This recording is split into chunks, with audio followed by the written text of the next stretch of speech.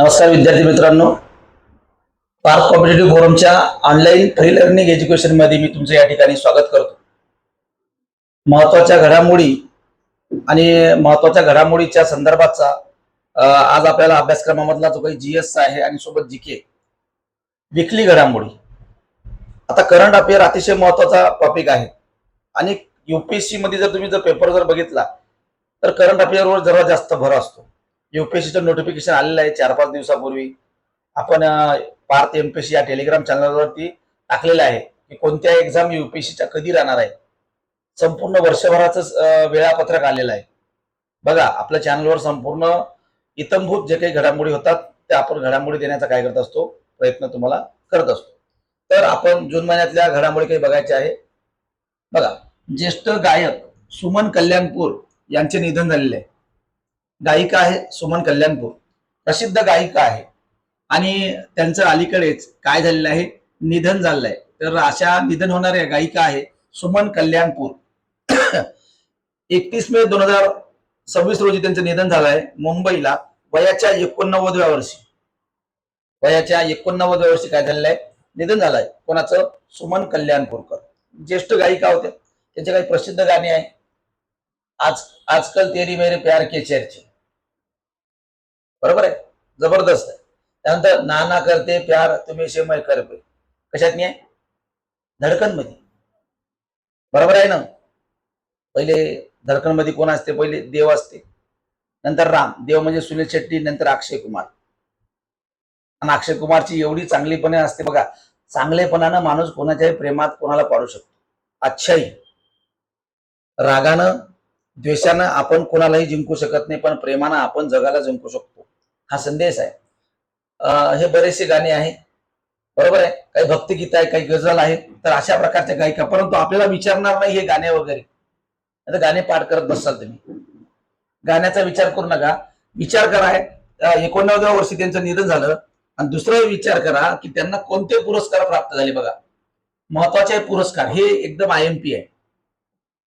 जेवढे जास्त पुरस्कार एखाद्या व्यक्तीला भेटलेले असेल, म्हणजे त्याचा मृत्यू झाला असेल किंवा त्याला काही पुरस्कार प्राप्त झाला असेल, अशा व्यक्तीवर जास्त प्रश्न विचारतात कधी पण.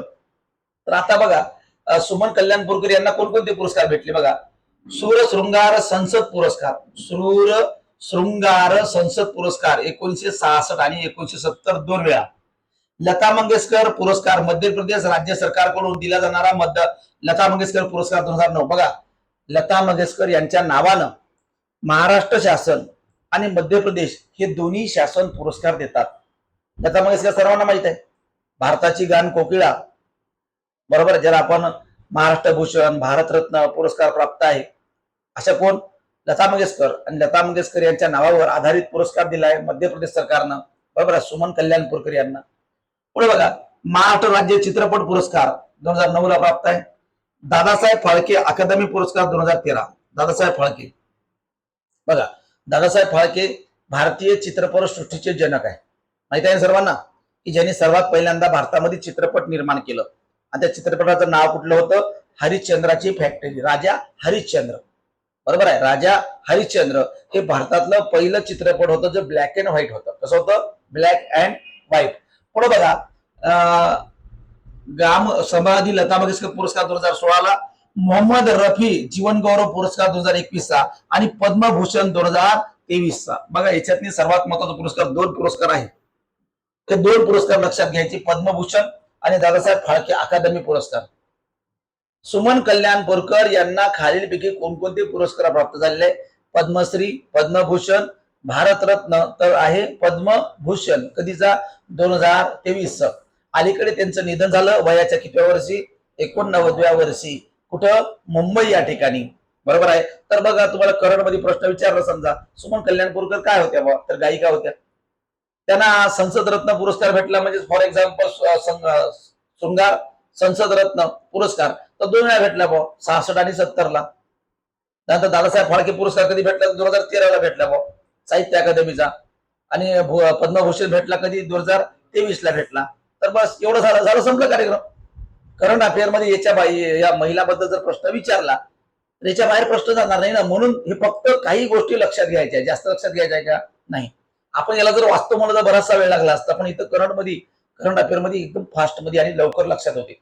बरोबर आहे. तर या प्रकारच्या गायिका यांचं काय झालंय, निधन. पुढे जाऊ, भारताचे नवे संरक्षण प्रमुख. बघा, तुम्हाला मी बऱ्याच ठिकाणी प्रश्न विचारतो की बाबा या युपीएससीचे चेअरमन कोण आहे, एमपीएससीचे कोण आहे, बाबा प्रधान सचिव कोण आहे, वैज्ञानिक सल्लागार कोण आहे, फायनान्शियल सल्लागार कोण आहे, तर आपल्याला माहित नसते.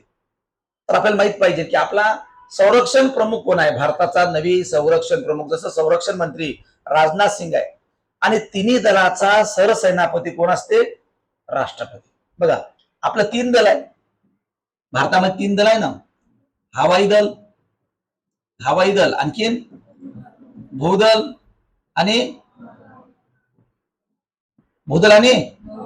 नौदल. त्यालाच आपण काय म्हणतो, जलदल. बरोबर आहे ना.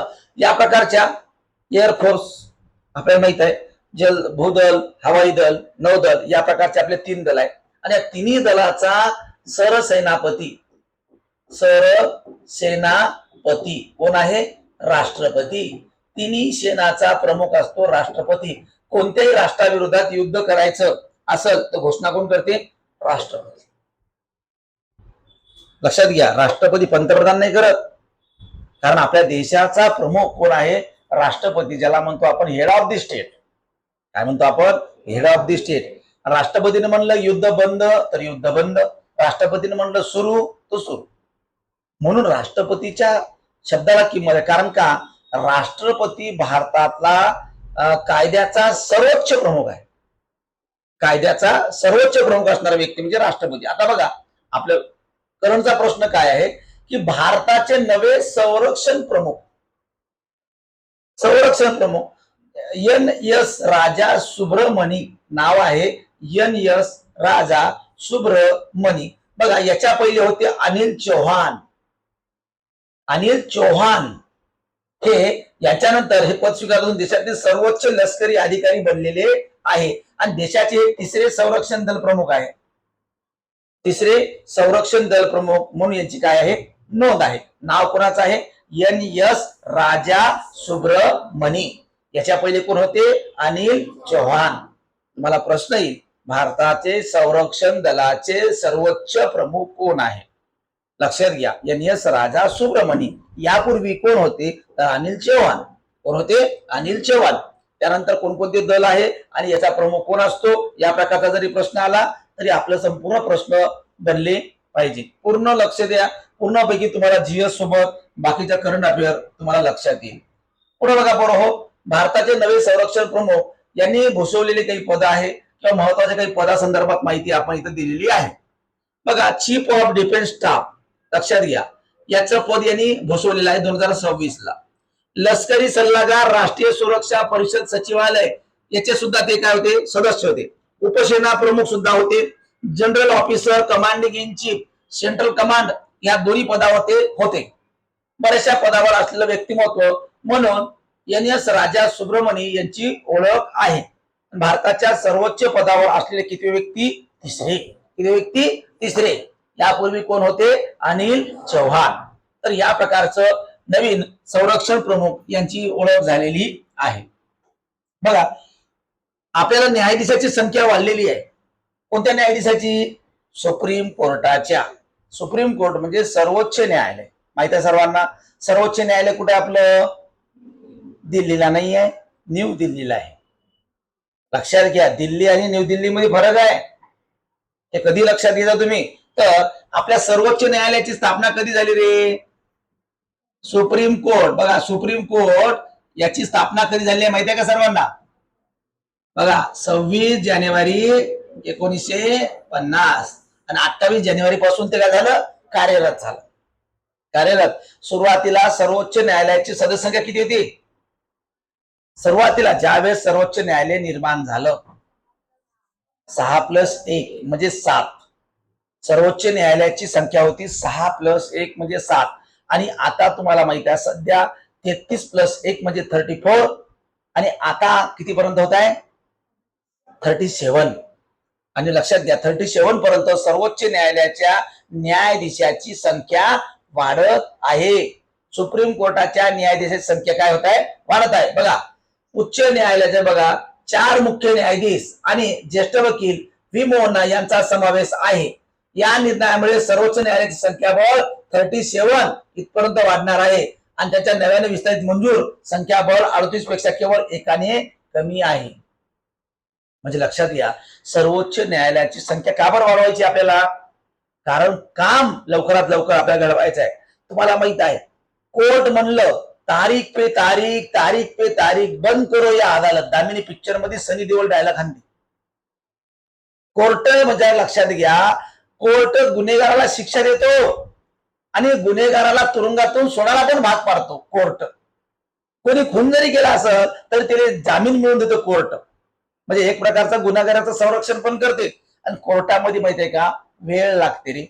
भारतीय न्यायपालिका अशी आहे, माणूस मेल्यानंतर त्याला फाशीची शिक्षा ठोठावली जाते. माणूस कुठं गेला आता? वर. एखाद्याने जर एखादा काही अपराध केला असेल आणि ते कोर्टाला लागली केस 20 वर्ष, 20 वर्षांचा तो माणूस मेला तर मग काय उपयोगाचं? जसं की तुम्हाला माहित आहे, शिवसेना पक्ष, राष्ट्रवादी पक्ष हा कोणाचा आणि ते आमदार अपात्रतेचा प्रश्न सुप्रीम कोर्टात आहे. हे इलेक्शन कधीच होतं? 19. अबे 19 नंतर 24 ला इलेक्शन होऊन गेलं आणि आता त्याला जर अपात्र केलं तर ते पडलेच काही आमदार. एवढं आहे. म्हणून आपल्या कायद्याला थंडगार हवा आणि गारगार कायदे. फार लेट लागतो. भारतीय न्यायपालिकेमध्ये न्याय लवकर मिळत नाही. जेव्हानीच जर एखाद्या पोट्टीनं केस टाकली तर बुडी घेऊन काडी घेऊन तेव्हा तिला निर्णय लागल. सांगा तुम्ही काय उपयोग? हे दिवस कोण आणून देईल? जेव्हानीतली केस म्हातारपणात लागली. अर्थ आहे या गोष्टीने?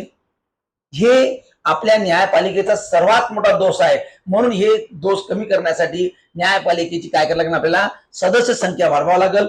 ज्या वेळेस सदस्य संख्या वाढवू त्यानुसार काय होईल? निर्णय प्रक्रिया फास्ट होईल आणि त्यामुळे आपण काय केले? संख्या वाढवण्याचा प्रयत्न केलेला आहे. बघा या ठिकाणी तुम्हाला हे चिन्ह दिसत आहे.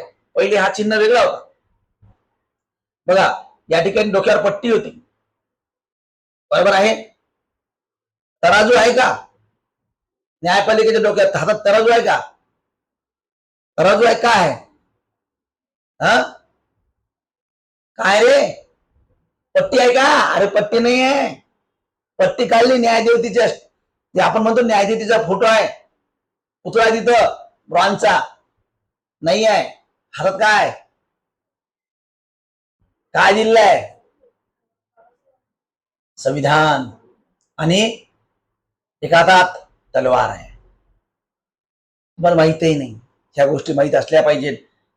बऱ्याच वेळा करंटमध्ये किंवा पॉलिटिक्सचे काही बुट्टे आहेत त्यांना माहित असते, पण ते बी वाचल्यानंतर ते विसरून जाते. काय हाही माहित नसते. दुनियादारी विसरतात. बघा, तर स्पर्धा परीक्षामध्ये सगळ्या गोष्टी आपण लक्षात ठेवणं गरजेचं आहे. पुढे बघा, 5 नवीन न्यायाधीशाचे नाव आहे. बघा, न्यायमूर्ती शीला नागू, संजीव सचदेवा, व्ही मोहना आणि श्री चंद्रशेखर आणि अरुण पल्ली या 5 लोकांची काय आहे? नियुक्तीला मंजुरी देण्यात आलेली आहे. म्हणून या प्रकारचं 33 प्लस हे जे काही लोक सदस्य संख्या आपली वाढत आहे, बरोबर आहे, असे एक एक सदस्य संख्या वाढत आहे. साधारणतः 37 पर्यंत आपण मान्यता दिली आहे. याच्यातली 4 लोकांची काय होईल? निवड होईल. 5 लोकांचे नाव आलेले आहे, मंजूर दिले आहे, पण त्यापैकी काही लोकांची काय होईल? निवड होईल. मंजुरी दिली म्हणजे निवड दिली नाही अशातलं नाही. पुढे बघा, कापूस क्रांती योजना.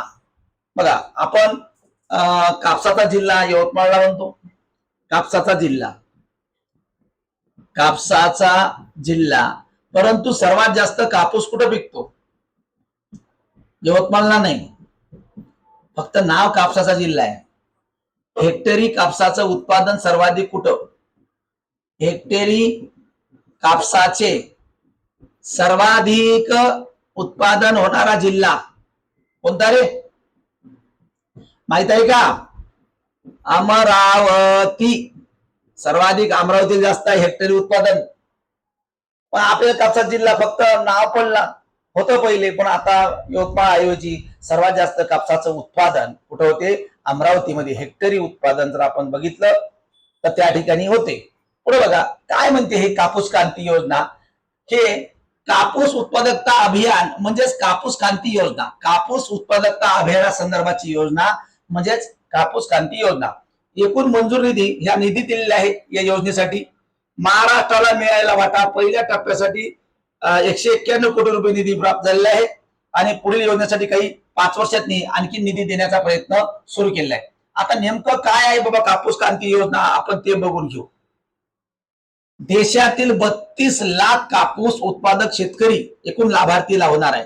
2031 पर्यंत भारतातील कापसाची उत्पादकता 440 किलो हेक्टर वरून वाढून 755 किलो प्रति हेक्टर करणे आणि एकूण उत्पादन 498 लाख गाठीपर्यंत नेणे. देशातील 14 राज्यामध्ये मधील 140 जिल्हे याच्यात समावेश आहे. कापसाचं उत्पादन वाढविणे यासाठी कापूस क्रांती योजना आहे. पहिले भाव द्या म्हणा. आमच्या विदर्भाचे शेतकरी कापूस सोडून सोयाबीनवर आले. सोयाबीन सोडून लोक फळावर फुलावर भाज्यावर आले. बरोबर आहे ना. कापसाला जर भाव असेल तर लोक कापूस लावणार आहे. ज्या पिकाला भावच नाही, पश्चिम महाराष्ट्रातील काही काम नाही, धंदे नाही, ऊस पिकवत राहते आणि सणान त्याचा कमाई आहे. आणि विदर्भातली लोक आयुष्यभर लेखाचा कापूस वेचते आणि कापूसाचा भाव तुम्हाला माहिती काहीच नाहीये. या प्रकारचा आहे. म्हणून कापसाला जर भाव योग्य जर मिळालं तर कापूस क्रांतीसारख्या योजना आणायची सरकारला गरजच नाहीये. कारण वेगळा विदर्भच आपला तुम्हाला एकटा विदर्भ प्रचंड कापूसाचं उत्पादन करू शकते. पण त्या प्रकारच्या काही योजना नाही किंवा मालाला भाव नाहीये. मालाला जर भाव नसेल तर कोणी कुठल्याही उत्पादन करणार नाही. पण कापूस क्रांती योजना आणली आहे. या प्रकारचं कापसाचं उत्पादन आपल्याला काय करायचं आहे, वाढवायचं आहे. साधारणतः 14 राज्यामध्ये योजना राबवण्यात येणार. किती राज्यातनी? 14 राज्य आणि जिल्हे किती? 140 जिल्हे. 14 राज्य आणि 140 जिल्हे, त्यामध्ये महाराष्ट्र सुद्धा आहे. पुढे बघा, कार्लसन विरुद्ध प्रज्ञानंदची बाजी. कार्लसन आणि प्रज्ञानंद हे बुद्धी खेळातले स्टार खेळाडू आहे. बरोबर आहे. याच्यातली ग्रँड मास्टर लक्षात घ्या. हा महत्वाचा काही पुरस्कार असतो. आणि याच्यातनी बघा कार्लसन विरुद्ध प्रज्ञानंद. बघा कार्लसन हा खूप चांगला खेळाडू आहे. या कार्लसननं पी विश्वनाथन आनंद जो भारतातला सर्वात चांगला बुद्धिबळपट्टू जगजेता होता त्याला हरवलं होतं. बुद्धिबळाच्या घराचा राजा. चेस तुम्हाला खेळता येते नाही मला माहित नाही. लोकांना बुद्धिबळ खेळायला बुद्धी लागते. बरोबर आहे ना. ते सोपं काम नाही. काही लोक बुद्धिबळ खेळतात, चेस खेळतात. काही लोक सर्वांना खेळता येत नाही. तुम्ही जर बसलात कुठं काय चालू लागते, कुठल्या घरात नाही काय चालू लागते, की साधं काम नाही आहे. ती त्यासाठी माणसाला काय लागते, दिमाग लागते. आता बघा, तर प्रज्ञानंदनं हरवलं त्यांना. कोणाला? कार्लसनला. बघा नॉर्वे या ठिकाणी बुद्धिबळ स्पर्धा झाली. कुठे झाली? नॉर्वे. लक्षात घ्या. आणि नॉर्वे मधल्या नॉर्वे बुद्धिबळ स्पर्धा होती. स्पर्धेचं नाव होतं नॉर्वे बुद्धिबळ स्पर्धा आणि ठिकाण होतं ओस्लो. कुठं होतं? ओस्लो. पुढे बघा महत्वाची कामगिरी. भारताचा ग्रँड मास्टर आर प्रज्ञानंद यांनी 5 वेळच्या जगजेत्या मॅग्नसन कार्लसनचा या स्पर्धेत सलग दुसऱ्यांदा पराभव केला. 5 वेळा जगजेता होता मॅग्नस कार्लसन आणि याचा या स्पर्धेत त्यांनी 2दा काय केलाय? पराभव केला. लक्षात घ्या. प्रज्ञानंद हे भारताचे आहे आणि यांनी बुद्धिबळामध्ये जे काही जगजेते होते कार्लसन यांना हरवलंय. ते 5 वेळा जगजेते होते.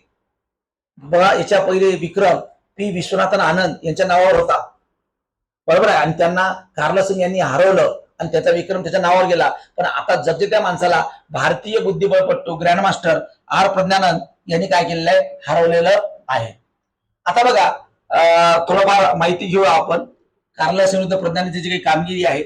प्रज्ञानंदने 3ऱ्या फेरी पाठोपाठ 8व्या फेरीतही कार्लसन क्लासिकलला सामन्यात पराभूत केला आणि प्रज्ञानंद काळ्या मोहऱ्यासह खेळताना फ्रेंच डिफेन्स या रणनीतीचा अवलंब केला होता. ते काही रणनीती आहे. फ्रेंच डिफेन्स, स्पॅनिश डिफेन्स ते त्या खेळाडूचे असतात. ते आपल्याला माहित नाही. आपण त्या खेळात नाहीये म्हणून आपल्याला ते माहित नाही.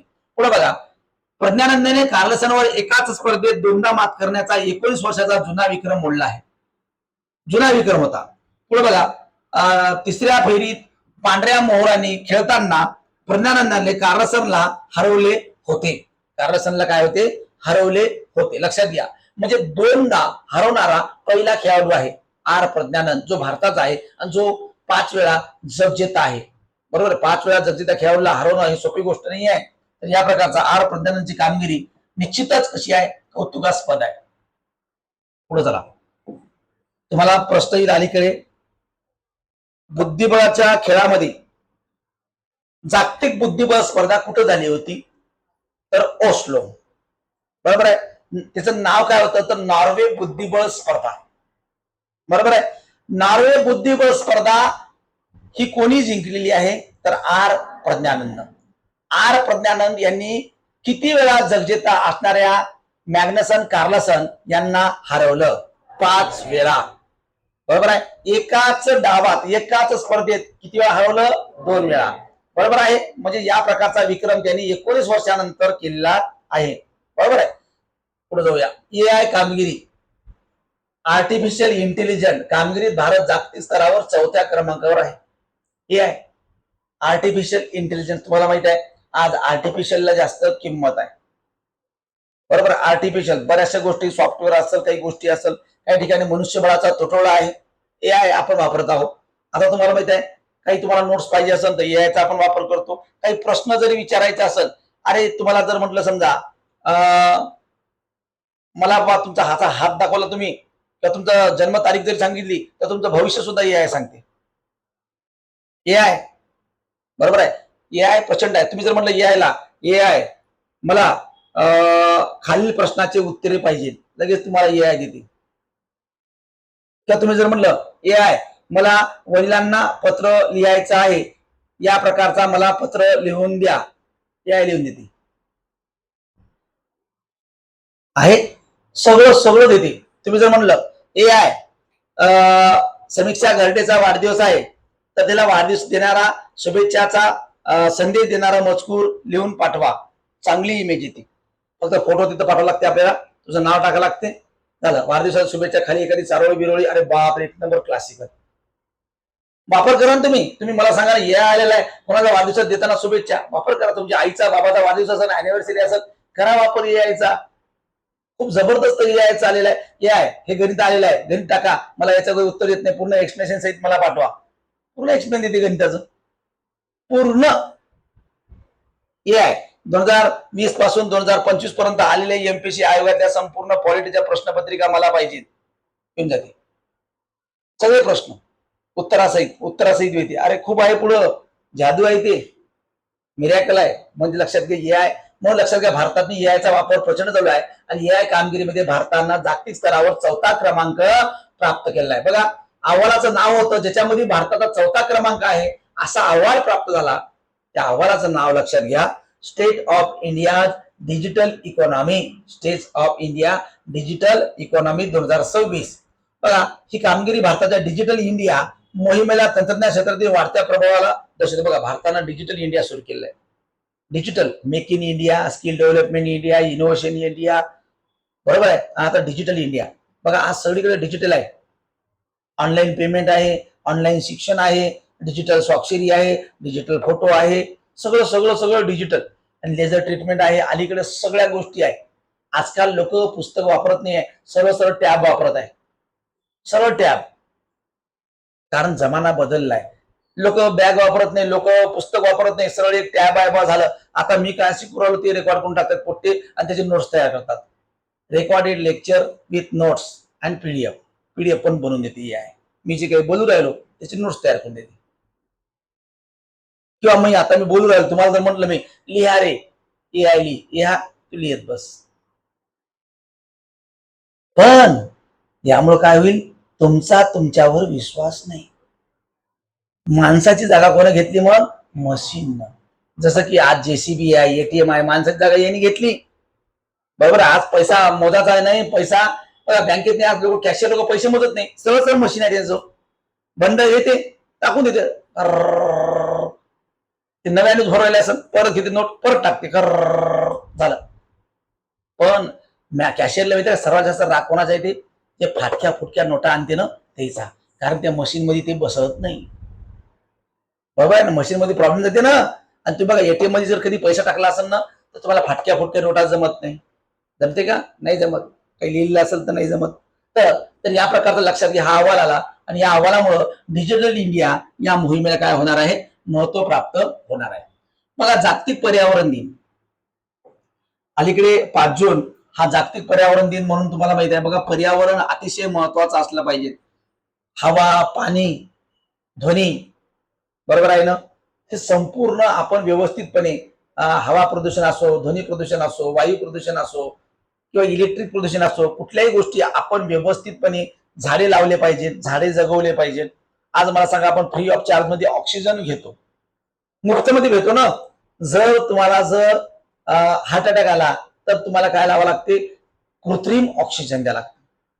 त्यावेळेस तुम्हाला त्या ऑक्सिजनची किंमत कळते.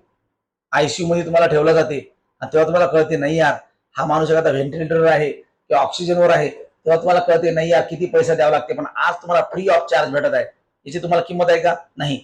आज वातावरण बघा, एवढं टेम्परेचर वाढत आहे. का बरं वाढत आहे? मानवानं प्रगतीसाठी केलेली पर्यावरणाची नासाडी. माहित आहे का? आपण आपल्या प्रवृत्तीसाठी, आपण आपल्या विकासासाठी कुठल्या थराला जाऊ सांगता येत नाही. स्वतःची प्रगती करण्यासाठी आपण दुसऱ्याचा विचार करणार नाही, आणि आपण पुढे चाललोय पण मागे काय करत आहोत, आपण आपल्या याचा पर्यावरणाचा कुठेतरी ऱ्हास करत आहोत. आज बघा, एवढ्या मोठ्या गाड्या वापरत आहे लोक. अरे एकटा माणूस फोर व्हीलर घेऊन जाते, त्या गाडीतनी कोणच राहत नाही, 4-5 रिकाम्या सीट आहे. बरोबर आहे ना? त्याच्यापेक्षा तू सार्वजनिक बसेस वापर ना. आता लोक पेट्रोल महाग वाढले म्हणून आता बंद केलं असं, माहित आहे का? हा ठीक आहे, तुमच्याजवळ पैसा आहे, परंतु हे काही एनर्जी आहे, याच्यामुळे तुमचं किती प्रदूषण होतं. काही लोकांच्या घरी पाणी खूप येते नळाला, तर काही लोकांच्या घरी बोरला खूप पाणी असत. ते आता बी उन्हाळा सुरू आहे तर पाण्याची नासाडी चालूच आहे. अरे पाणी जर संपलं तर परत बाहेर का? पण दरवर्षी पावसाळा नाही आला तर मग सांगा. आज आता बघा, आजची 10-12-13 तारीख आली, समजा पाऊस येत नाही तर लोक नाराज आहे. बरं, 1 वर्ष पाऊस नाही आला तर मग तुम्हाला बघा, ऊन सहन होत नाही, कूलर लवकर, एसी लवकर, काय नाही. बघा टेम्परेचर वाढत आहे, टेम्परेचर कमी आहे परंतु ह्युमिडिटी जास्त आहे. बरोबर आहे ना? की माणूस फॅन खाली असला तरी त्याची आंघोळ हो राहील 2-2, 3-3, 4-4 वेळा. बरोबर आहे ना? म्हणजे त्याला डिवो किती जरी मारला तरी त्याचा बरोबर सेंट्रल वास कायम परमनंट आहे सध्या. बरोबर आहे ना? कारण सध्या आर्द्रता आहे, chip chip chip chip chip chip चालू आहे, कारण आपल्या शरीराला घाम जास्त येत आहे ना. आणि या वातावरणामुळं तुम्हाला बघा थकल्यासारखं वाटत असं. आपण चाललो तरी आपल्याला थकवा येते, असं पडलं तर लगेच झोप यायला लागते, आळसपणा येऊ राहिला, कंटाळा येऊ राहिला, असं फ्रेशनेस नाही वाटत आहे, आणि काही खातरावं वाटते थोडस, काही थोडंफार. बरोबर आहे ना? की वातावरण तसं आहे. बघा पुढं स्थापना बघा, 1972 मानवी पर्यावरणाची परिषद भरली होती, लक्षात घ्या. आणि पहिली अंमलबजावणी 5 जून 1974 करण्यात आली होती. आणि या दिवसाचं स्मरण म्हणून 5 जून 1974 जी काही पर्यावरणाची परिषद भरली होती, आणि या दिवसाचं स्मरण म्हणून 5 जून हा दिवस पर्यावरण दिन म्हणून साजरा केला जातो, जागतिक. आता याचा उद्देश काय आहे? पर्यावरणाबद्दल जागृती करणे, पर्यावरणाचं संरक्षण करणे. बरोबर आहे ना? आणि पर्यावरणाचं बद्दल लोकांना साक्षर करणे. कारण लोक इलिटरेट आहे, खाऊन पिऊन लगेच रस्त्यावर कचरा फेकतात, पॉलिथिनचा वापर प्रचंड करतात, इलेक्ट्रिक डिव्हाइसचा वापर प्रचंड करतात. बरोबर आहे ना?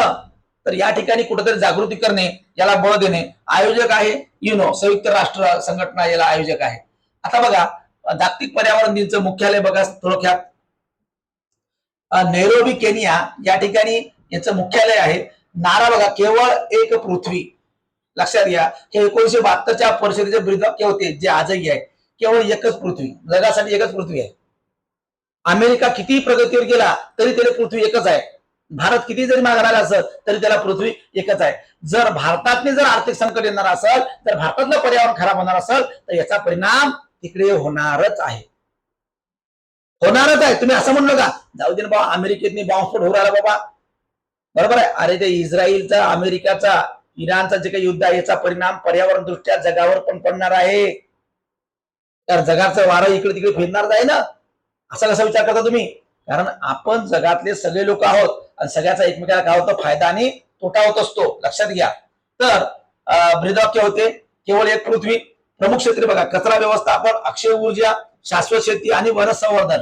तुम्हाला अलीकडे माहित आहे, शाश्वत शेतीचा वापर सर्वात मोठा करण्यात जात आहे. कारण माहितीये का, पर्यावरणाची हानी खतामुळं, रासायनिक खत जे आहे, हे औषधे, कीटकनाशके, फवारणी यंत्र, याच्यामुळे सुद्धा काय होत्या, पर्यावरणाची हानी होत आहे.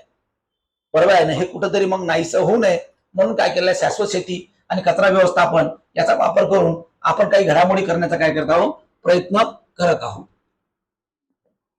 तर या प्रकारच्या महत्वाच्या घडामोडीचा विचार जर आपण केला तर ब्रीदवाक्य केवळ एक पृथ्वी. पुढे बघा, अलीकडे वर्षाच्या काही संकल्पना बघा, काही वर्ष आहेत ते काही वर्ष साजरे म्हणून केलेले आहे पर्यावरणाचे. 2025, 24, 22 लक्षात घ्या. 23 पासून आपण बघूया. 2023 ला पर्यावरणाचं थीम काय होती? प्लास्टिक प्रदूषणावर उपाय. प्लास्टिक प्रदूषणावर उपाय. बघा प्लास्टिक, आता तुम्हाला अलीकडे तर आपल्या नोटा पण प्लास्टिकच्या शासन आणणार आहे. कागदी नोटा बंद करून प्लास्टिकच्या नोटा. कारण का? कागदी नोटाची लाईफ जास्त नाहीये. कागदी नोटा बघा, आपण भिजलो तरी नोटा खराब होते, किंवा इथून तिथपर्यंत आपण चाललो तरी नोटा खराब होते, आणि त्या नोटा धुता येत नाही. प्लास्टिक नोटा धुता सुद्धा येते. बरोबर आहे ना? प्लास्टिक नोटा धुता येते ना? ह्या नोटा धुता येते का? नाही धुता येणार. आणि मला सांगा, नोटा मोजताना लोक 10 वेळा ठोका लावतात. तुमच्याजवळ आलेली नोट किती लोकांच्या घरी फिरून आली माहिती आहे का तुम्हाला? त्यानं कुठं कुठं वापरला असं माहिती आहे का? कोणत्या हाताने ती नोट कुठं दिली असं माहिती आहे का तुम्हाला? आणि तीच नोट उजव्या हाताने तुम्ही धरून राहिले जेवता जेवता. खरी गोष्ट आहे ना? कधीतरी विचार करा ना तुम्ही. मग नोटा कुठं ठेवते, ठेवण्याची जागा कोण कुठं ठेवते गॅरंटी नाही. बरोबर आहे ना? तंबाखाची डब्बी, तंबाखू सांडलाय, सोबत नोटा आतमध्ये आहे. तंबाखू लागू नाही. खर्रावाल्याचा खर्रा असं ते पुढीवाला पुढे राहते. बरोबर आहे ना? विशेष नाही. महिला मंडळाचा विशेष नाही. हातात नाही असं पुंगळी करून राहते. बरोबर आहे ना? मला तर काय वाटते बा, मुलीला 4 हात पाहिजे, 4 डोळे. मुलींना काऊन? 2 डोळे मोबाईल मध्ये बघाले आणि 2 डोळे रस्ता पाहाले. बरोबर आहे ना? कारण रस्त्याने जर चालले ते मोबाईल मध्ये राहते. आणि 4 हात काऊन माहिती आहे का? काही किती जरी हातातले त्या हातात त्याच्या मोबाईल किंवा रुमाल राहते, हातात धरून. आपली बॅग बी राहिली काही लोकांची तर ती बॅग मध्ये ठेवत नाही चुपचाप. बरोबर आहे ना? तर हसलं पाहिजे. अरे मला सांगा ना, बॅग मध्ये मोबाईल ठेवला, हातात राहते बऱ्याचशा वस्तू. पेनही हातात राहील, ते पैसा बघा, चालली पुट्टी कधी नाश्ता करायला समजा, हातात पैसे घेऊन जाते 20 रुपये.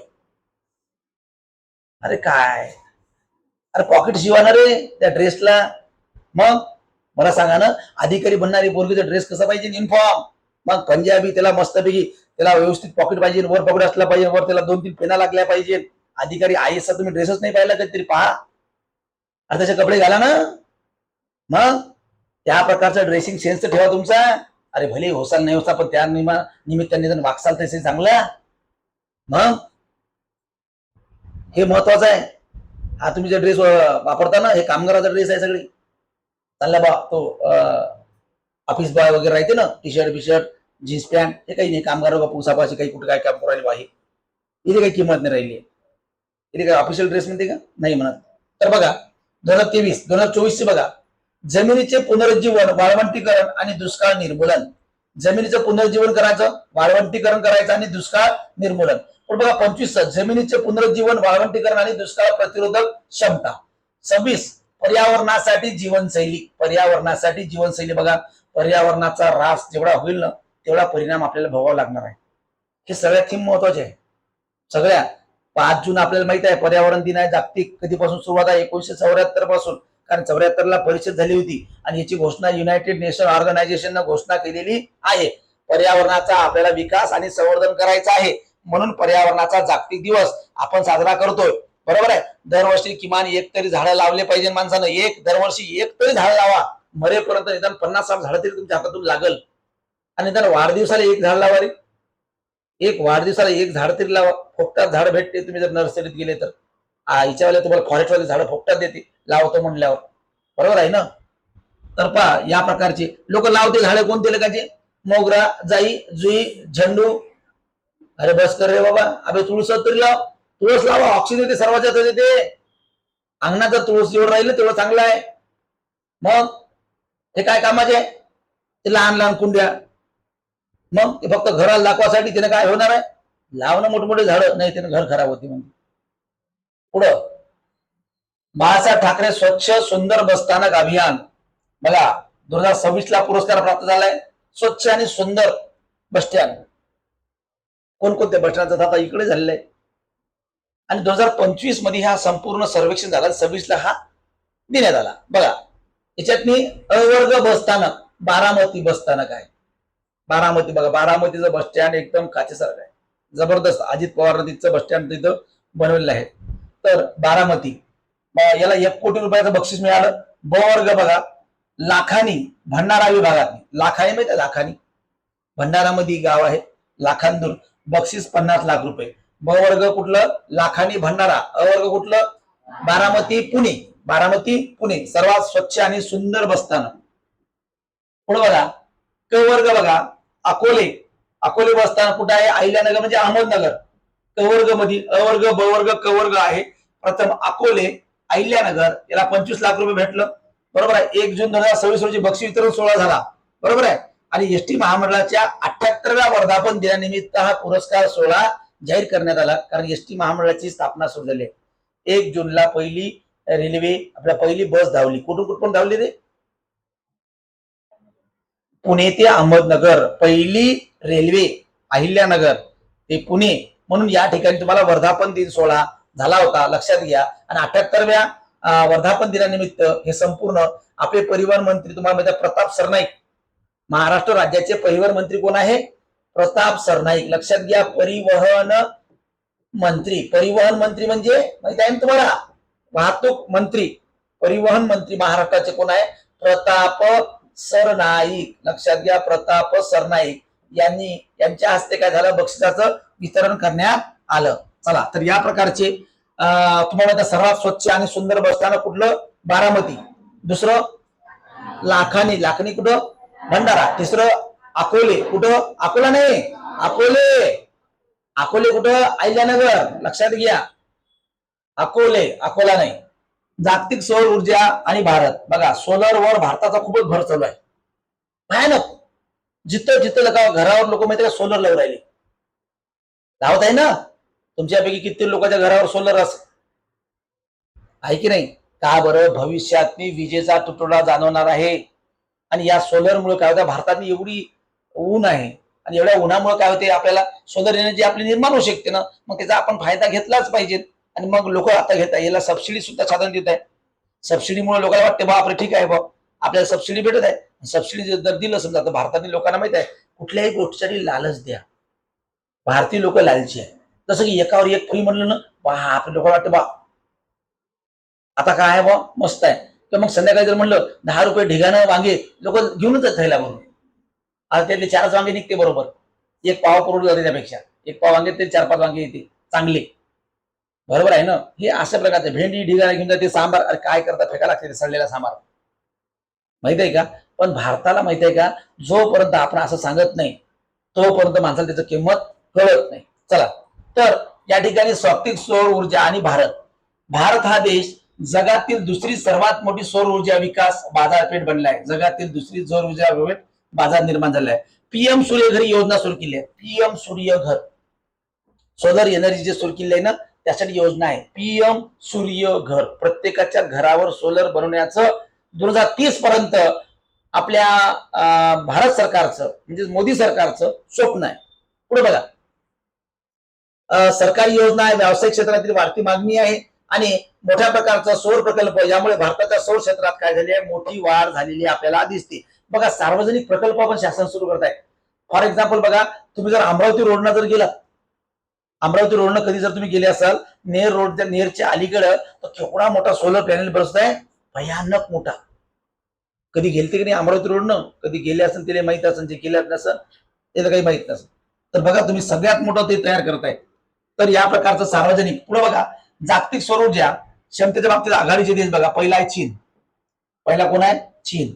सर्वात मोठी सौर ऊर्जा बाजारपेठ सगळ्यात सर्वात मोठी बघा. तुम्हाला विचारू शकते हे फार गाजूराला मुद्दा. आणि सोलर आंतरराष्ट्रीय सोलर आघाडीसाठी सर्वात पहिल्यांदा प्रस्ताव मांडणारा देश कोणता होता? भारत. आंतरराष्ट्रीय सोलर आघाडी उभा म्हणून भारत होता. नंबर 2 ला कोण आहे? भारत.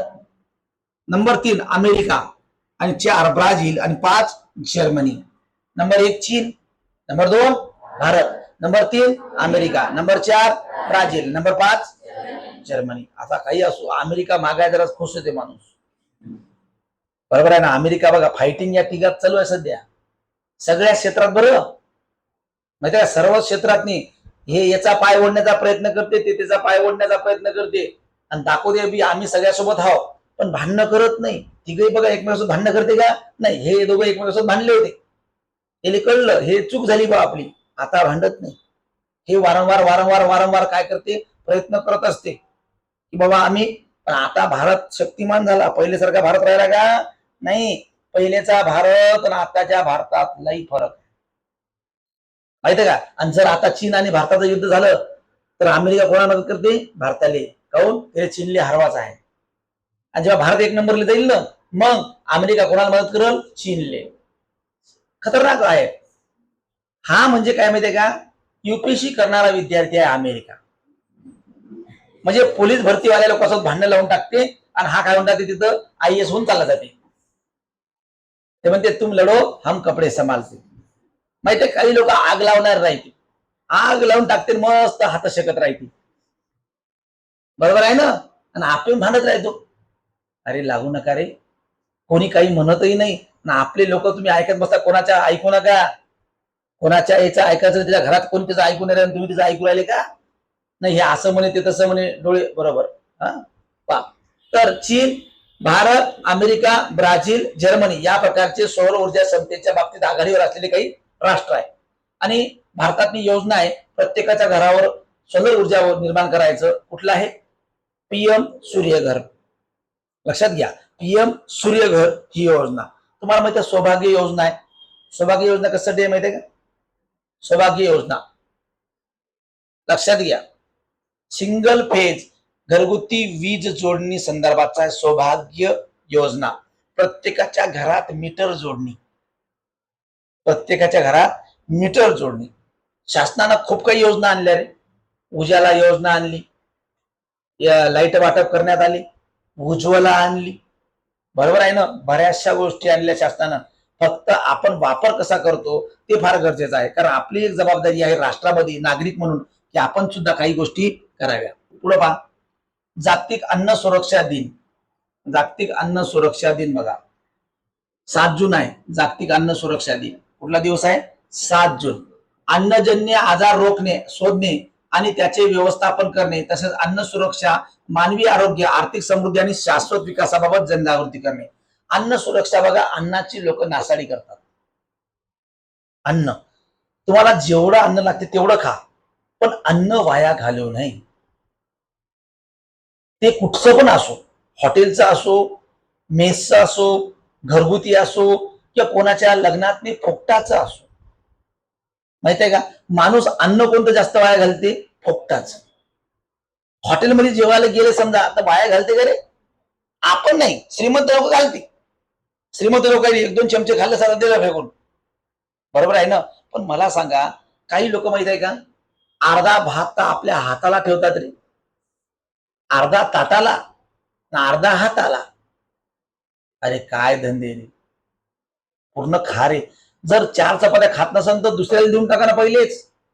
काही लोक तर माहितीये का, मेसच्या डब्यावर भाज्या तशाच वापस देतात. थोडीशी भाजी संपवून भाजी तशीच. तसं करू नका. तुमचा टिफिन जर शिल्लक राहत असेल तर दुसऱ्याला द्या. आपल्या घरी जर अन्न शिल्लक राहत असेल तर ते अन्न व्यवस्थित गरम करून दुसऱ्या दिवशी खा. अन्न वाया घालू नका.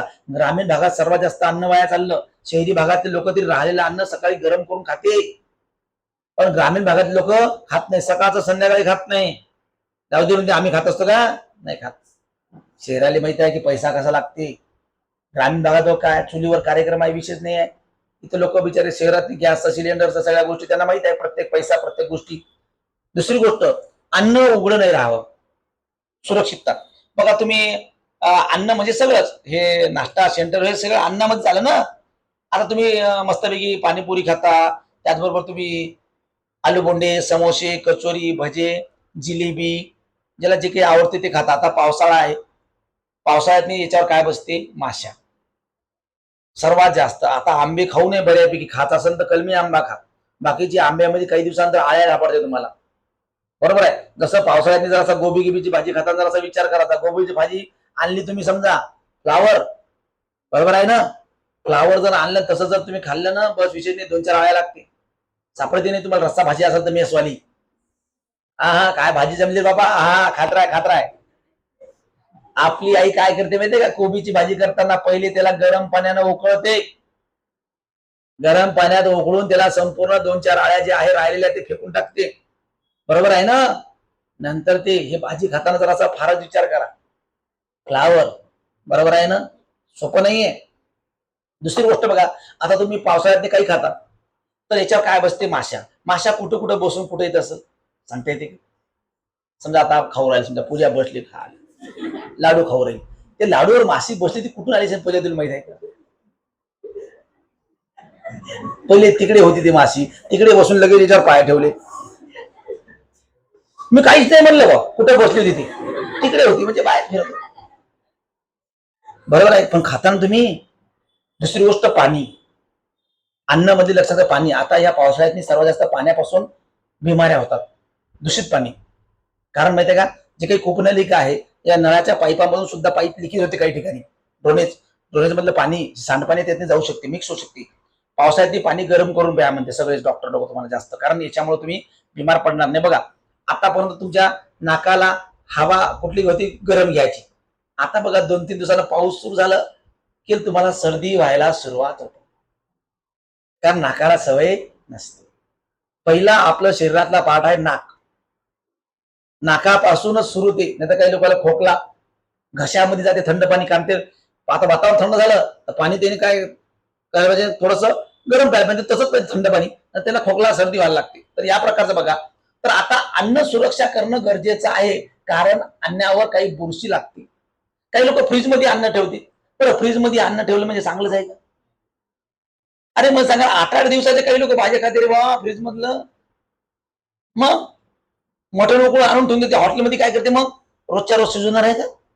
नाही बाबा, आता हे ऑर्डर आली आणि आताच मटण आणलं आणि आताच मी शिजवतो. अबे 1 घंटा लागते उकळाले, अर्धा घंटा ते लागते. नंतर भाजी बनवणार आहे ते उकळलेलं राहते, उकळलेलं. आणि ज्या हॉटेल कमी चालते त्या ठिकाणी ते देते गरम करून व्यवस्थित बऱ्यापैकी. पण ज्या मोठमोठ्या हॉटेल आहे ना, त्या हॉटेलमध्ये एवढा वेळ नाहीये. ते पहिलेच गरम करून ठेवते सगळ्या, फक्त नंतर गिरवी वगैरे बनवून देते तुम्हाला, आणि ते बस पिसं तसं टाकले की झालं. पनीर बी तसंच रेडी राहते, गरम केलं सगळं मटेरियल टाकलं की झालं. लक्षात घ्या, कारण त्यांना एवढा टाइम नसते, कारण गिरायकाला पण टाइम नसते ना रे. गिरायक कस्टमर काय म्हणतात? लवकरात लवकर मला पाहिजे बा, मी फार बिझी माणूस आहो. भले रिकाम तोट राहते, पण तिथं फारच लोक बिझीपणा दाखवते, मी खूपच बिझी आहे, बरं काय हरकत नाही. तर या प्रकारचं अन्न सुरक्षा. आता अन्न सुरक्षा हे विधेयक आणलं, भारतामध्ये सुद्धा आणलं होतं. आणि 2018 मध्ये संयुक्त राष्ट्र महासभेने 7 जून हा दिवस जागतिक अन्न सुरक्षा दिन म्हणून काय केलं? घोषित केलं. आणि पहिला अन्न सुरक्षा दिन 2019 ला साजरा केला. घोषित कधी? 2018 ला. आणि साजरा कधी? 2019 ला. आणि दुसरी गोष्ट तुम्हाला सांगतो, अन्न आपल्याला जेवढं लागते, मी तर म्हणतो प्रत्येकाने जेवढं भूक आहे त्याच्यापेक्षा कमी खाच. पण आपण काय करतो? ओव्हर डोज, एक्स्ट्रा खातो. आपली भूक किती आहे? अरे कॅलरी किती लागते आपल्याला? 2100 कॅलरी. 2100 कॅलरीज पाहिजे. शहरी भागात 2400 बी पाहिजे नाही, कारण आपली एनर्जी बर्न होत नाही जास्त. काही शारीरिक काम नाही ना आपल्याला. आपलं काम कोणतं आहे? बौद्धिक. माहितीये का? बौद्धिक काम आहे. आपल्याला शुगर लेवल कमी होती, माहितीये का? आपले शुगर लेवल कमी होते, पण आपल्यातलं जे काही अन्न आहे आपल्या शरीरात ते कमी होत नाही. पहा, तर या प्रकारच्या संपूर्ण घोषणा केलेली आहे. पुढे IPL इंडियन प्रीमियर लीग 2026 ला विजेता कोण आहे? RCB. Royal challenge Bangalore second time जिंकला. रजत पाटीदार याची कॅप्टन आहे, बरोबर आहे ना? तर IPL इंडियन प्रीमियर लीग ही तुम्हाला माहित आहे स्पर्धा 2026 ची आहे. तर बघा, 10 संघ होते आणि आवृत्ती किती आहे? 19वी. बरोबर, 19वा IPL आहे. बघा, तर साधारणतः 10 संघ होते IPL मध्ये, आणि RCB कोणाला हरवलं? गुजरात टायटन्सला. कोणाला हरवलं? गुजरात टायटन्सला. बघा, 28 मार्च 2026 ला सुरुवात झाली. 31 मे 2026 ला अहमदाबाद या ठिकाणी कोण? नरेंद्र मोदी स्टेडियम या ठिकाणी काय झालं? फायनलचे सामना झाला. लक्षात घ्या, नरेंद्र मोदी स्टेडियम, ज्या ठिकाणी याचं नाव काय होतं पहिले? नरेंद्र मोदी स्टेडियम. हे कुठं आहे? गुजरात मध्ये, अहमदाबाद गुजरात मध्ये. याचं नाव पहिले होतं सरदार वल्लभभाई पटेल. सरदार वल्लभभाई पटेलचं नाव काढलं आणि कोणाचं नाव टाकलं? नरेंद्र मोदी. किती खतरनाक आहे ना? मग महान पद्धत होता. असो, पुढे बघा, विजेता रॉयल चॅलेंजर बँगलोर, हे 2 वेळा विजेता झाला. मागच्या वेळी जिंकला, आताही जिंकला. पुढे बघा, याचा कर्णधार कोण आहे? रजत पाटीदार. उपविजेता कोण? गुजरात टायटन्स. याचा कर्णधार शुभमन गिल. बरोबर आहे, शुभमन गिल. आता बघा, RCB पहिले विजेतेपद 2025 ला जिंकला होता. RCB 2025 ला जिंकला आणि 26 ला सुद्धा जिंकला. सर्वात पहिल्यांदा सुरुवात 2008 ला झालेली आहे. लक्षात घ्या, IPL ची सुरुवात 2008 ला. आणि कोण केलेली आहे सुरुवात? ललित मोदीनं. ललित मोदी. IPL चा प्रायोजक सुरुवात करणारा किंवा संकल्पना आणणारा ललित मोदी. RCBचा मालक कोण आहे? विजय माल्या. RCBचा. आणि त्या माणसानं माहितीये का भारताचं कितीतरी कर्ज बुडवलेलं आहे आणि त्याची टीम इथे खेळू राहिली भारतात आणि तो विदेशात आहे. आणि भारताला काय म्हणलं की तू जर भारताला लाचले आम्ही अटक करतो. आम्ही त्याची टीम इथं कमवू राहिला तो पैसा. भारताचे कायदे कसे आहे?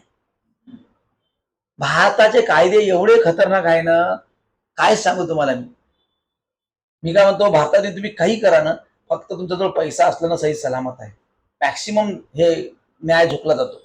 सर्वाधिक विजेता टीम कुठली आहे? चेन्नई सुपर किंग आणि मुंबई इंडियन्स. दोघेही 5-5 वेळा जिंकले ना, 5-5 वेळा मुंबई इंडियन्स आणि चेन्नई. याविषयी दोन्ही थंडगार झाले. चेन्नईवाले बी सफर झाले आणि मुंबईवाले सफर झाले. नाहीतर याचेच फॅन क्लब सर्वात जास्त राहते, चेन्नई मुंबई. आणि हे ते, अरे काही विषयच नाही. बरोबर आहे ना? कारण इथं धोनी बी नाही, तिथं रोहित शर्माही नाही, काहीच नाही. यावेळी धोनी खेळलाच नाही वाटते. खेळलाच नाही बिचारा धोनी. असू दे. घरगणना बघा, याच्यावर प्रश्न येऊ शकते. IPL वर प्रश्न येते पण मागं पुढं. घरगणना, घराची गणना करणारा पहिला जिल्हा सिंधुदुर्ग. जनगणना ऐकला असेल. घराची गणना, किती घर आहे बा गावातली, घर किती आहे ग्रामपंचायत मध्ये माहित राहील. घरगणना बघा, 100% पूर्ण करणारा सिंधुदुर्ग हा महाराष्ट्रातील पहिला जिल्हा बनला. हा सिंधुदुर्गाच्या नावावर पहिले विक्रम आहे, संपूर्ण साक्षर जिल्हा. संपूर्ण साक्षर जिल्हा म्हणून यांचा पहिलीच नोंद आहे. आणि आता नवीन नोंद झाली, संपूर्ण घरगणना करणारा पहिला जिल्हा कोणता? सिंधुदुर्ग. बघा, 1 मे ते 15 मे 2024 ला पहिला टप्पा झाला. नागरिकांनी स्वतःहून डिजिटल माध्यमातून आपली माहिती नोंदवायची होती. आणि दुसरा टप्पा 16 ते 14 जून 2026. बघा, सध्या SIR चालू आहे. तुम्हाला तुमची जनगणना स्वतःहून नोंदणी करायची आहे, माहितीये का? Online digital. पण काही काही ठिकाणी तुमचा जो BLO राहतो, त्या ठिकाणी जनगणना करणारा तुमच्या गावातला शिक्षक, त्यांनी तुमची जनगणना केलेली आहे, नोंदणी केलेली आहे. चालू आहे ते. प्रत्येकाने आपली जनगणना करायची आहे. परत चालू आहे सर्व. कारण बोगस मतदार ते आपल्याला काय करायचं आहे? नाहीसं करायचं आहे. त्यामुळे या प्रकारचा परत व्हेरिफिकेशन चालू आहे. आणि जे ओरिजिनल मतदार आहे, कारण काही लोक मेलेले आहेत तरी मतदान यादीत नाव आहे, काही मुलीचं लग्न झालं त्या गावातनी, इकडे नाव आहे तिकडे नाव आहे, दुबार नोंदणी झालेली आहे. काही काही लोकांचं तालुक्यात नाव आहे, जिल्ह्यात नाव आहे, गावात नाव आहे, 3-3 ठिकाणी मतदान यादीत नाव आहे. म्हणून अशा प्रकारचं दुबार तिबार जे काही मतदार आहे हे कुठेतरी आपल्याला बंद करायचं आहे. म्हणून घरगणना आणि जनगणना सुरू केलेली आहे. तर बघा, भारतातील पहिले AI सक्षम विद्यापीठ. बघा, महत्वाच्या काही गोष्टी याच्यात आहे इम्पॉर्टंट. भारतातील पहिले AI सक्षम विद्यापीठ चौधरी चरण सिंग विद्यापीठ मेरठ. भारतातील पहिला चिप फॅब्रिकेशन प्लांट गुजरात. भारताचा पहिला कमी उत्सर्जन क्षेत्र कोणत्या शहरात आहे? पुणे. पुढं, भारत फोरकास्ट सिस्टीम वापरणारे देशातील पहिले राज्य महाराष्ट्र. पुढं, देशातील पहिला पाण्याचा सातबारा कोणत्या राज्यात तयार केला जाणार आहे? महाराष्ट्र. पुढं, भारताच्या पहिल्या खाजगी वैद्यकीय संग्रहालयाचे उद्घाटन कुठं? केरळ.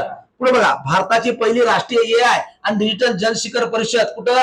बेंगलोर. कुठं झालेली आहे? बेंगलोर. बघा, हे IMP आहे. या महिन्यातले महत्वाचे काही गोष्टी IMP आहे. जून महिन्यातली काय काय घडामोडी महत्वाच्या घडल्या हे 100% IMP आहे. सगळ्या गोष्टी कशा आहे या महिन्यातल्या करंट अपडेट मधल्या माहिती दिलेल्या एकदम इम्पॉर्टंट थिंग आहे सगळ्या. बघा, पुढं, भारताचा पहिला भूऔष्णिक ऊर्जा प्रकल्प लडाख. कुठं? लडाख. पुढे, इंडिया AI डाटा लॅब ची स्थापना करणारे भारतातील पहिले खाजगी विद्यापीठ चंदीगड विद्यापीठ. महत्वाचा आहे AI लॅब. पुढे बघा, भारताचे पहिले आदर्श सीमावर्ती गाव म्हणून कोणत्या गावाचा विकास झालाय? चुमूर. लक्षात घ्या, लडाख मधला चुमूर लक्षात घ्या, अतिशय महत्वाचा आहे. घरगणना 100% पूर्ण करणारा ते पहिला जिल्हा सिंधुदुर्ग. बघा, हे पहिले जिल्हे किंवा पहिले राज्य एकदम IMP. हे तुम्ही नोंदणीच करून ठेवा, याच्यावर तुम्हाला कधी पण काही विचारू शकते. पुढे जाऊया आपण. भारतीय राष्ट्रीय संघात निवड होणारा सर्वात तरुण खेळाडू वैभव सूर्यवंशी. लक्षात घ्या, अवघे वय 15 वर्षे आहे. आयर्लंड आणि इंग्लंड दौऱ्यावर आगामी T20 मालिकेसाठी त्याची भारतीय संघात निवड झालेली आहे. 15 वर्षाचा पोरग, जगातली त्याची नोंद झालेली आहे. सर्वात लहान खेळाडू भारताचा, तो भारतीय टीम मध्ये खेळत आहे. वैभव सूर्यवंशी. 15 म्हणजे तुमच्यापेक्षा लहान. मग सोपी गोष्ट आहे का? एवढ्या वयातनी तो एवढ्या जगातनी त्याचं नाव कमवलं, म्हणजे त्याच्या आईवडिला किती बरं वाटत असन हा कधीतरी विचार करा. पुढे झाला वैभव सूर्यवंशीनं क्रिकेटचे दैवत मानले जाणाऱ्या सचिन तेंडुलकरचा विक्रम मोडलाय. अशा प्रकारचा 35 वर्षापूर्वीचा विक्रम कोणाचं नाव होता? सचिन तेंडुलकर. सर्वात लहान खेळाडू सचिन तेंडुलकर याने काय केलं होतं? पाकिस्तान विरुद्ध आगमन केलं होतं भारतीय टीम मध्ये, पुनरागमन. लक्षात घ्या सचिन तेंडुलकरचा.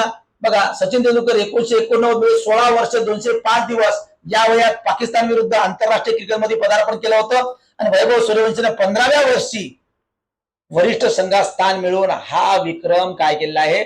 स्वतःच्या नावावर नोंदवलेला आहे. म्हणजे सचिन तेंडुलकरचा विक्रम त्यांनी काय केलेला आहे? मोडलेला आहे. बघा तर या प्रकारचा वैभव सूर्यवंशी भारताचा सर्वात स्टार खेळाडू, सर्वात लहान खेळाडू. पुढे बघा हॉकी आशिया कप 2026. हॉकी बघा भारताला हॉकी आशिया कप जिंकलेला आहे. अंडर 18 पुरुष हॉकी संघ, उपविजेता जपान. लक्षात घ्या ठळक वैशिष्ट्ये, भारतीय संघाने अंतिम सामन्यात यजमान जपानवर काय केलेले आहे? मात केली आहे. फक्त एवढं लक्षात घ्या आशिया कप मध्ये अंडर 18 भारताचे हे तिसरे सुवर्ण पदक आहे. अंडर 18 म्हणजे 18 वर्षाखालील 18 वर्षाखालील हॉकी स्पर्धा झाली. या हॉकी स्पर्धामध्ये भारतानं सुवर्ण पदक जिंकलेलं आहे. कुठल्या चषकामध्ये? आशिया चषक. कोणाला हरवलं? जपानला. बाकी काही लक्षात नाही घ्यायचं, बाकी काही जास्त वाचायचं नाही. हॉकी हा महत्वाचा खेळ आहे, भारताचा राष्ट्रीय खेळ आहे. क्रिकेटकडे जास्त लक्ष आहे, पण मेन खेळ आपला कुठला आहे? हॉकी. 18 वर्षाखालील मुलांसाठी लक्षात घ्या एक कप आयोजित केलं होतं हॉकीचं आशिया. आणि आशिया चषक मध्ये भारतानं काय केलं? सुवर्ण पदक जिंकलं. किती वेळा जिंकलं आजपर्यंत? 3 वेळा. लक्षात घ्या. जागतिक ब्रेन ट्यूमर दिन बघा 8 जून जागतिक ब्रेन ट्यूमर दिन. ब्रेन ट्यूमर तुम्हाला माहित असेल सुरुवात 2000 ला सुरुवात झाली. सर्वप्रथम घोषणा जर्मनीमधील जर्मन ब्रेन ट्यूमर या असोसिएशन बिगर नफा संस्थेने सर्वप्रथम या दिनाची घोषणा केली आहे. बघा मेंदूचा ट्यूमर या आजाराबद्दल लोकांमध्ये जनजागृती निर्माण करणे आणि त्याच्या कुटुंबियांना मानसिक बळ देणे. बघा ब्रेन ट्यूमर तुम्हाला माहिती आहे मोबाईलवर जास्त बोलल्यावर ब्रेन ट्यूमर होते. ब्रेन हॅमरेज जास्त विचार जर केला समजा तर तुमचं ब्रेन हॅमरेज होते. किंवा मग रक्ताचा एखादा संसर्ग होणे, रक्त गोठणे, बघा तुम्हाला कुठं कुठे लागलं समजा किंवा धक्का लागणं ब्रेनला तरी ब्रेन ट्यूमर तुमचा होऊ शकते. काही लोकांच्या ब्रेन मध्ये पाणी सुद्धा होते. माहितीये का ब्रेन आहे एवढा खूप चांगला आहे. आणि याला माहितीये का आपण असं मान जर झटकतो ना तरी घातक आहे ते. मान म्हणजे काही साधी नाही आहे. काही लोक मानेचा काही विचार नाही करत, उशी घेते. अरे उशी कायले घ्यायचे रे बा. काही लोक तर लोड घेतले का. लोड म्हणजे आपल्या आयुष्याचा लोड नाही, ते लोड माहिती आहे ना झोपीचा. अरे काहीच नाही घेऊ, सरफेसवर खाली जमिनीवर झोपा, चटाईवर, सगळ्या मेजवर सगळं चांगलं आहे. गादीवर पण झोपू नये, आरोग्यासाठी घातक आहे. प्लेन याच्यावर जेवढं प्लेन राहील तेवढं चांगलं. आणि डोक्याच्या खाली काहीच नाही. कारण मला सांगा हे जर असं उंच राहिलं ना रक्त पुरवठाच होत नाही, इथं जात नाही ना. हे खाली जेवढं उतारात राहील ना तेवढं चांगलं आहे. कारण याला तुम्हाला माहिती आहे ना म्हणून शीर्षासन करा म्हणते लोक. डोकं खाली पायवर. मग याला डोकं मग सांगा आता तुम्ही दिवसभर बसून आहे रक्त झाले बी अडचण जाते माहिती आहे. तुम्ही कंटिन्यू असं उभे राहिले ना चक्कर आल्यासारखं होती. कारण रक्त पुरवठा आपण कधी आपण बसतो किंवा असं मान टेकवतो किंवा असं बघा तुम्ही असं झोपले 10 मिनिटं की तुम्हाला बरं वाटते. ते रक्त जाते ना रे व्यवस्थित. बघा कधी कधी तुम्हाला चक्कर आल्यासारखं वाटते ना. असं जर टेकवलं ना तुम्ही तर बरं वाटतं. बघा कंटिन्यू गाडी चालून बघा आपल्या चक्कर आल्यासारखं वाटते. कंटिन्यू गाडी चालवा, 4 व्हीलर चालवा, टू व्हीलर चालवा, 5-5, 10-10 घंटे चक्कर आल्यासारखं होतं. बरोबर आहे ना. म्हणून लक्षात घ्या इथं काही लोक ब्लूटूथ वापरतील का. ब्लूटूथ ते कानातले डूल हे सर्वात घातक आहे. अरे आरोग्याचा विचार करा. मोबाईलवर बोलताना स्पीकरवर बोला. पण काही लोक इथं ब्लूटूथ वापरत इथं किंवा मग काही लोक इथं कानातले डूल टाकते. हे ब्लूटूथचा कार्यक्रम आहे. घातक आहे ते. काही लोक तर इलेक्ट्रिक घड्याळ वापरतील का. जे अबे शरीराला काय हार्मफुल म्हणून राहिला. साधा घड्याळ वापरणं, इलेक्ट्रिक डिव्हाइस काय शरीराला वापरू राहिला तू. मग काहीच गरज नाही ना रे बा. आपल्या साध्या घड्याळ पाहिले बरं आहो ना. एवढं काय फ्लॅश बंद झाला ते कोणी 65 मध्ये आता माहिती आहे का स्मार्ट घड्याळ वापरणारे माहितीये का. आता पहिले ऍपलचा जमाना होता, आता ऍपल कोणी नाही पाहू राहिले. हे गेले पाडे ऍपलवाला. पहिले वाटे ऍपल जर असं लोक दाखवे माझा ऍपल आहे. अरे ठेव ना तिकडे तू. आमच्याकडे आंबा आहे ना. ऍपलचा काय विचार करायला तू. तिला कोणी किंमत देऊ राहिली. आता माहितीये का व्हीआयपी मोबाईल कोणता आहे. चल छैया छैया इंडिया. साधा कीपॅडच्या मोबाईल किंमत आहे.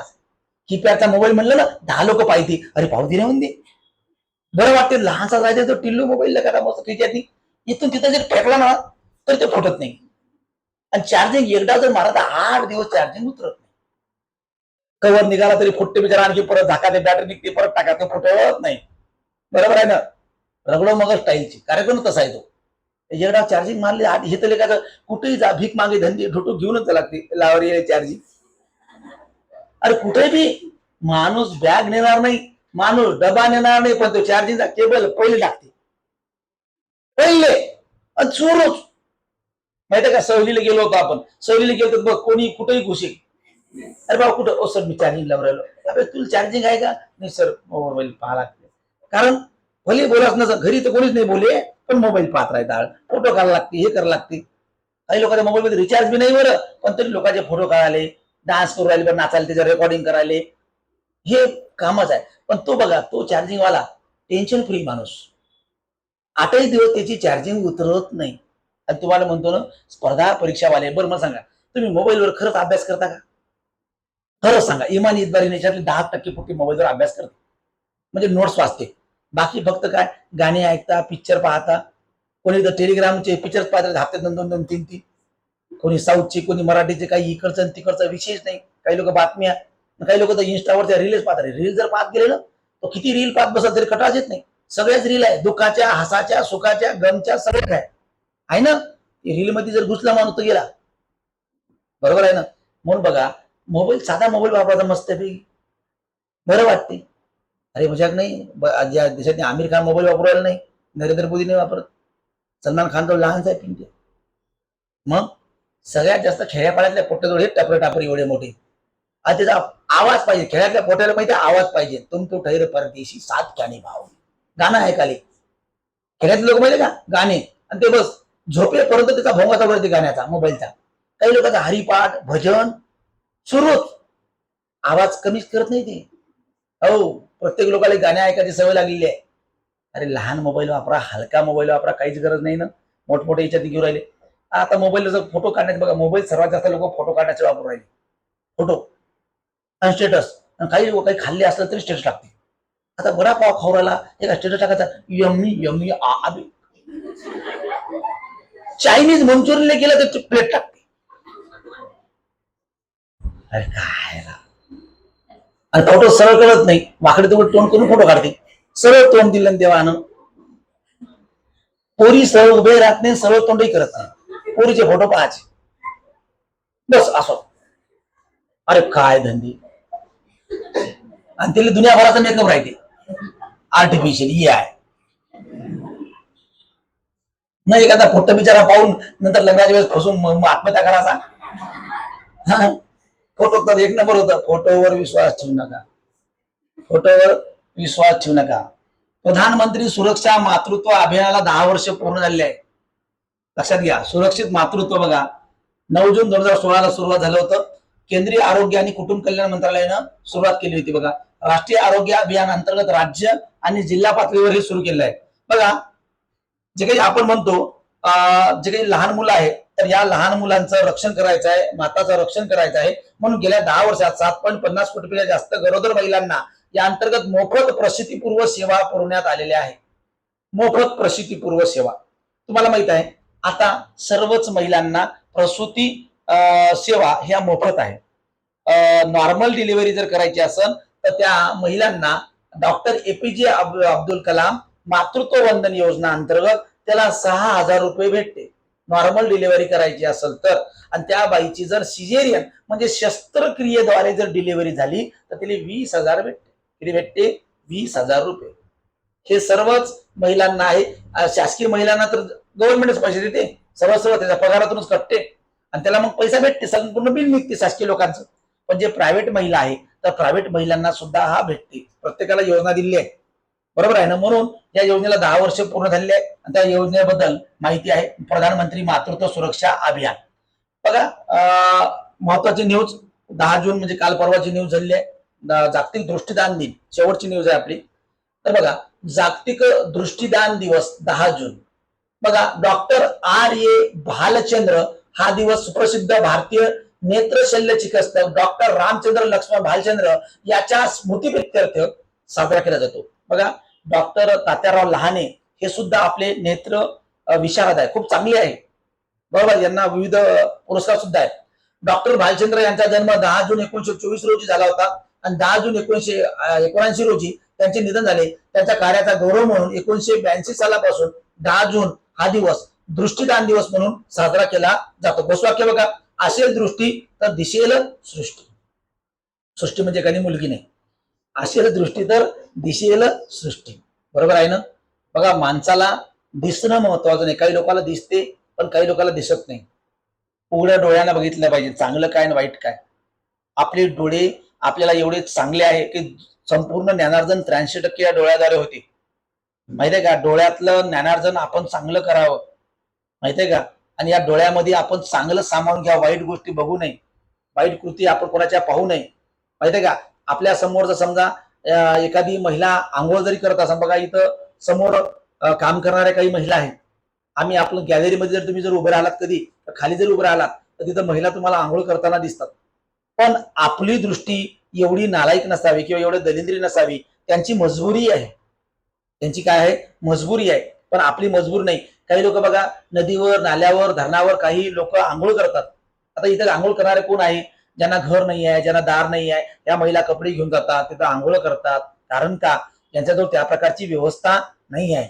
पण आपलं दृष्टी तशी असली पाहिजे चांगली. दुसरी गोष्ट, एखाद्या ठिकाणी काही अन्याय होत असेल, पाप होत असेल तर त्या ठिकाणी आपण बघितलं पाहिजे. दुसऱ्याला दुःख होत असेल तर ते आपण व्यवस्थित बघितलं पाहिजे. समोरच्याचं म्हणणं नेमकं काय आहे हे आपल्या डोळ्यानं आपल्याला दिसलं पाहिजे. माहित आहे का? कारण आपण काही काही गोष्टी जसं बघतो तसंच नसते. कधी कधी एखादा माणूस मुद्दामून एखादी गोष्टी आपल्याला दाखवायचा प्रयत्न करत आहे, कारण तो आपल्यापासून दूर जाण्यासाठी. माहिती आहे? कधी कधी काही लोक काय करतात? आपला रागराग करतात. माहितीये का? रागराग करत असेल तर त्या लोकांचं आपल्याबद्दल कधी कधी प्रेम असतं बरं आतमधून, पण ते का बरं आपल्यावर राग करत आहे याला कारण असते परिस्थिती. ती व्यक्ती आपला मुळातून तिरस्कार करते हे असं म्हणणं एकदम चुकीचं आहे. कारण परिस्थिती अशा काही गोष्टी असतात की आपल्या एखाद्या गोष्टी आवडत असून सुद्धा ते नाईलाज असतो, त्याच्यापासून आपल्याला कुठे जावं लागते? दूर जावं लागते. आहे ना? या बऱ्याचशा गोष्टी असतात. म्हणून एखाद्या व्यक्तीचा आपण तिरस्कार करतो असं काही नाही. ते व्यवस्थित आपण बघणं. दुसरी गोष्ट, दृष्टीदान करणं हे एकदम आवश्यक आहे. काही लोक अवयव दान करतात, दृष्टीदान करतात. बघा, आपण मेल्यानंतर आपले डोळे कोणाला तरी आपण दान केलेच पाहिजे ना, चांगलं आहे ना. तर या प्रकारचा संपूर्ण दृष्टीदान दिवस कुठला आहे? 10 जून लक्षात घ्या. तर या प्रकारच्या महत्वाच्या काही घडामोडी होत्या, जी या आठवड्यातल्या घडामोडी होत्या 10 जून पर्यंतच्या आपण सगळ्या बघितल्या आहेत. आता बाकीच्या आपण पुढच्या शनिवारला आपण काय करणार आहोत? बाकीच्या करंट अफेअरच्या न्यूज बघणार आहोत. आता तुम्ही काय करायचं? घरी गेल्यानंतर हे लेक्चर मधले काही नोट्स आहेत, त्या नोट्सला व्यवस्थित वाचून घ्यायचं. काही लोकांना लिहा वाटलं तर लिहून घ्यायचं, नाहीतर टेलिग्रामला सगळ्या नोट्स आहे. दर महिन्याला आपली पार्थ बुलेटिन येतेच, पार्थ एमपीसी या टेलिग्राम चॅनलला. ते पूर्ण काय करायचं? वाचून घ्यायचं. हे सगळे लेक्चर तुम्ही बसल्या बसल्या कुठे जरी तुम्ही असाल टाइमपास, तर त्या ठिकाणी रेकॉर्डेड लेक्चर काय करत जा? ऐकत जा. ओके, धन्यवाद. जय हिंद, जय महाराष्ट्र.